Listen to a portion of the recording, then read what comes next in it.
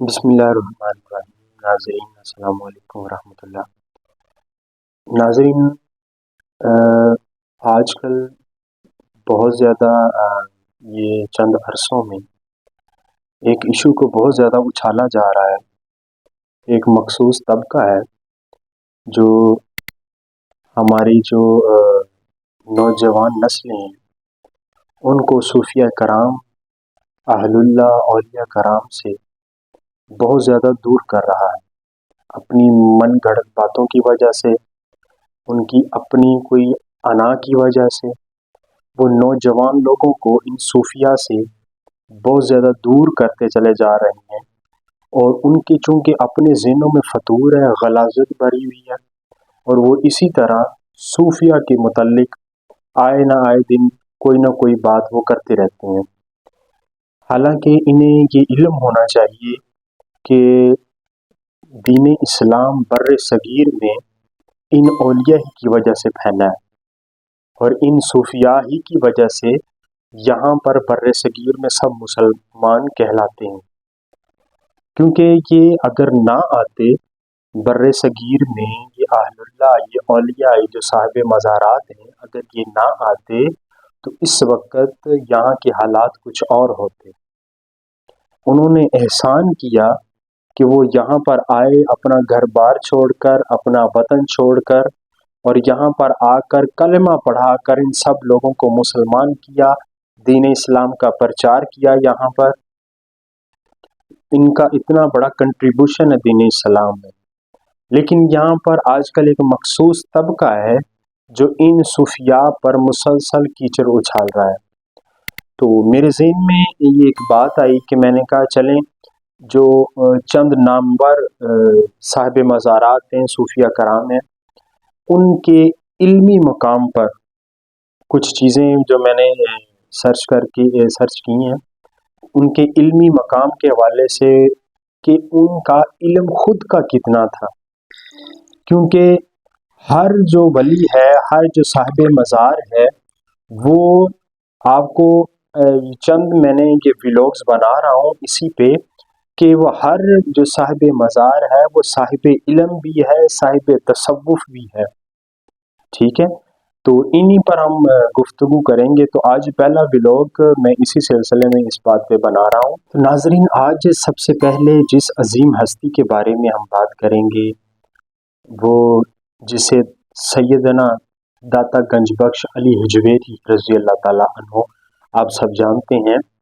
آپ کے حوالے سے یہ چند معلومات جو آپ تک پہنچا رہا ہوں، آپ بھی انہیں دیکھ سکتے ہیں، یہ آپ کو بھی میسر ہو سکتی ہیں۔ یہ سب سے پہلے کہ سیدنا داتا گنج بخش علی حجویری رضی اللہ تعالیٰ عنہ آپ امام حسن علیہ السلام کی آل میں سے ہیں، امام حسن علیہ السلام کے شہزادے ہیں، اور آپ کے اساتذہ میں جن سے آپ نے اکتساب فیض کیا، علم حاصل کیا، ان چند اساتذہ کے نام میں آپ کے سامنے پیش کر رہا ہوں۔ آپ کے اساتذہ میں شیخ ابو العباس اشقانی، شیخ ابو جعفر محمد بن المصباح الصیدلانی، شیخ ابو القاسم عبد الکریم بن حوازن القشیری، شیخ ابو القاسم بن علی بن عبداللہ الگرگانی، ابو عبداللہ محمد بن علی المعروف داستانی بستامی، ابو سعید فضل اللہ بن محمد مہینی، اور ابو احمد مظفر بن احمد بن حمدان۔ ان اساتذہ کے نام جو دیگر کتب میں ملتے ہیں، یہ وہ ہستیاں ہیں جن سے سیدنا داتا گنج بخش علی حجویری رضی اللہ تعالیٰ عنہ نے اکتساب فیض کیا، ان سے علم حاصل کیا۔ ان کے بارے میں خود سیدنا داتا گنج بخش علی حجویری رضی اللہ تعالیٰ عنہ فرماتے ہیں، میں چونکہ یہ کافی لمبا لکھا ہوا ہے لیکن میں مختصر بتاتا چلوں۔ شیخ ابو العباس اشقانی کے بارے میں سیدنا داتا گنج بخش علی حجویری رضی اللہ تعالیٰ عنہ فرماتے ہیں کہ آپ علم اصول اور فروع میں امام اور اہل تصوف میں اعلیٰ پایا کے بزرگ تھے، اور اسی طرح شیخ ابو جعفر محمد بن المصباح الصیدلانی آپ کے متعلق فرماتے ہیں کہ آپ صوفیاء متاخرین میں متوسمین میں سے تھے، علم حقیقت میں بہت فصیح البیان تھے، حسین بن منصور کے طریق تصوف کی طرف مائل تھے، اور شیخ ابو القاسم بن علی بن عبداللہ الگرگانی آپ کے متعلق فرماتے ہیں کہ آپ اپنے وقت میں بے نظیر تھے، وقت کے تمام طالبان حق کا آپ پر اعتماد تھا، علوم و فنون میں بہت ماہر تھے، آپ کا ہر مرید زیور علم سے آراستہ تھا اور مجھ سے بہت احترام سے پیش آتے تھے۔ اور شیخ ابو القاسم بن حوازن القشیری آپ کے متعلق فرماتے ہیں کہ اپنے زمانہ میں نادر الوجود اور بلند مرتبہ بزرگ تھے، ہر فن میں آپ کی تصانیف محققانہ اور عمدہ ہیں، بیکار بحث و گفتگو اور لغو باتوں سے آپ بالکل الگ رہتے تھے۔ ابو عبداللہ محمد بن علی المعروف داستانی بستامی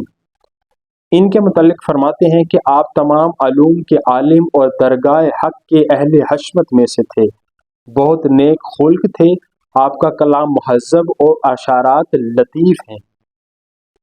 اور ابو سعید فضل اللہ بن محمد مہینی کے متعلق لکھتے ہیں کہ آپ طریقت کے جمال اور وقت کے صاحب دبدبہ بادشاہ تھے اور تمام اہل زمانہ آپ کے گرویدہ تھے۔ تعلیم ابتدا میں ابو علی زاہد سے سرخس میں حاصل کی، ایک دن میں 3 دن کا سبق لیتے اور 3 دن اللہ تعالیٰ کی عبادت میں مشغول رہتے تھے۔ اور اسی طرح ابو احمد مظفر بن احمد بن حمدان ان کے متعلق فرماتے ہیں کہ آپ اولیاء کے رئیس اور صوفیوں کے ناصح تھے، اللہ تعالیٰ نے ریاست ہی کے مسند پر آپ پر بھید کھولا اور کرامت کا تاج آپ کے سر پر رکھا۔ یہ اپنے اساتذہ کے متعلق سیدنا داتا گنج بخش علی حجویری رضی اللہ تعالیٰ عنہ، یہ اپنے جن سے انہوں نے اکتساب فیض کیا ان کے متعلق یہ چند کلمات ارشاد فرماتے ہیں۔ اور اسی طرح طریقت کی تعلیم جو انہوں نے حاصل کی ہے، اس میں جو آپ کے شیخ تھے وہ شیخ ابو الفضل محمد بن حسن ختلی ہیں۔ ان کے بارے میں جو فرماتے ہیں سیدنا داتا گنج بخش، آپ فرماتے ہیں کہ طریقت میں میری ابتدا آپ رحمۃ اللہ علیہ کے ساتھ ہے، تفسیر، حدیث اور تصوف تینوں کے آپ عالم تھے۔ تصوف میں آپ حضرت جنید کے مذہب پر تھے، حضرت شیخ حضرمی کے مرید اور حضرت سروانی کے مصاحب تھے، اور 60 سال تک مخلوق سے گم اور پہاڑوں میں گوشہ نشین رہے، زیادہ تر قیام جبل لگام پر رہتا تھا۔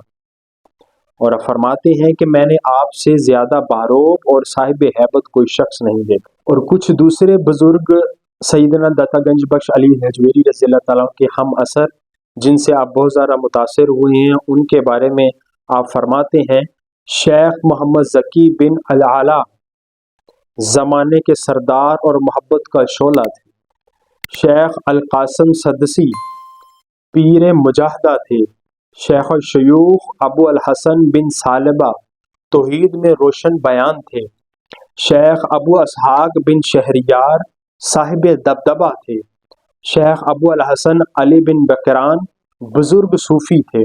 شیخ ابو عبداللہ جلیدی بہت احترام والے تھے، شیخ ابو طاہر مکشوف جلیل القدر بزرگ تھے، شیخ احمد بن شیخ خرقانی خواجہ علی بن الحسین السیرقانی وقت کے سیاح تھے، شیخ مجتہد ابو العباس دامغانی خدا کے اقبال کا سایہ تھے، خواجہ ابو جعفر محمد بن علی الجمینی محقق بزرگ تھے، خواجہ رشید مظفر بن شیخ ابو سعید دلوں کا قبلہ تھے، خواجہ شیخ احمد جماعتی سرخسی وقت کے پہلوان تھے،